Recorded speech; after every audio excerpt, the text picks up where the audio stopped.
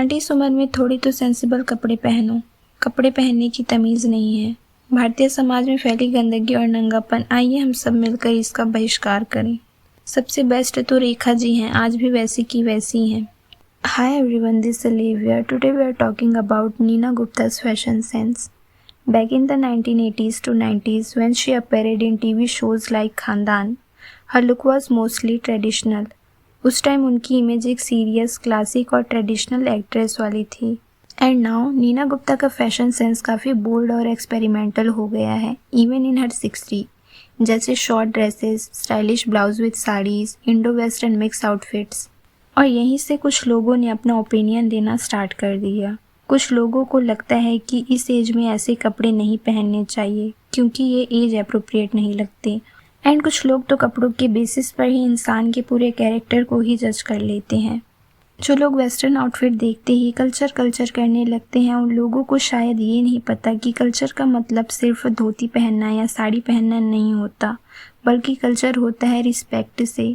आप सामने वाले को कितना रिस्पेक्ट देते हो, बिहेवियर से, आप लोगों के साथ कैसे बिहेव करते हो, वैल्यू से, सोच और एटीट्यूड से होता है।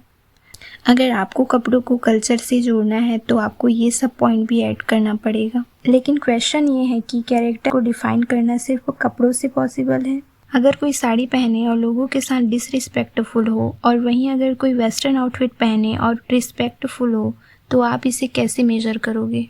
कुछ लोगों के डबल स्टैंडर्ड भी होते हैं। हम करें तो फाइन, तुम करो तो रॉन्ग। खुद वेस्टर्न आउटफिट पहनकर दूसरों को ज्ञान देते हैं कि ट्रेडिशनल क्लोथ्स वेयर किया करो, और उनको कोई बोल दे कि तुम भी तो वेस्टर्न आउटफिट वेयर करती हो, तो उनका आंसर होता है कि रिवीलिंग थोड़ी ना है।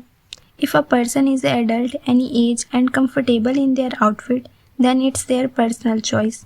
किसी के पर्सनल चॉइस पे ओपिनियन तब तक मत दो जब तक वो ना मांगे। फैशन का सबसे इम्पॉर्टेंट रूल होता है कंफर्ट और कॉन्फिडेंस।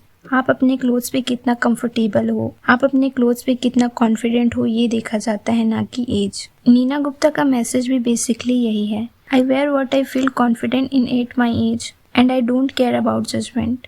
ज़्यादातर वही लोग ऐसे कमेंट करते हैं जो खुद वेस्टर्न ड्रेस या बोल्ड आउटफिट वेयर नहीं करते। अब जस्ट बिकॉज आप वैसा आउटफिट वेयर नहीं करते तो आपको पास नहीं मिल जाता अपना फ्री का एडवाइस किसी को देने का। ये बहुत इनमेच्योर लगता है। मैच्योरिटी इसी में है कि अगर मुझे नहीं पसंद तो I can simply ignore it. जब भी नीना गुप्ता मॉडर्न या बोल्ड आउटफिट में दिखती हैं, कुछ लोग तुरंत कंपेयर करना स्टार्ट कर देते हैं कि रेखा जी को देखो, हेमा जी को देखो, जया जी को देखो, कितनी सिंपल है। बट क्या ये कंपैरिजन फेयर है? लोग अक्सर रेखा का एग्जाम्पल देते हुए कहते हैं, हैवी सिल्क साड़ी, गजरा, ट्रेडिशनल ज्वेलरी, ये होती है असली एलिगेंस। बिल्कुल, उनका स्टाइल आइकॉनिक है। मैं ये नहीं बोल रही कि रेखा जी को भी वेस्टर्न आउटफिट वेयर करना चाहिए, बस मैं आप लोगों को एग्जाम्पल दे रही हूँ कि लोग कैसे कंपेयर करते हैं। उनका पर्सनल चॉइस है, वो किसी भी टाइप का आउटफिट वेयर करे। अगर एक एक्ट्रेस साड़ी पहने तो संस्कारी, और अगर दूसरी मॉडर्न आउटफिट वेयर करे तो बोल्ड।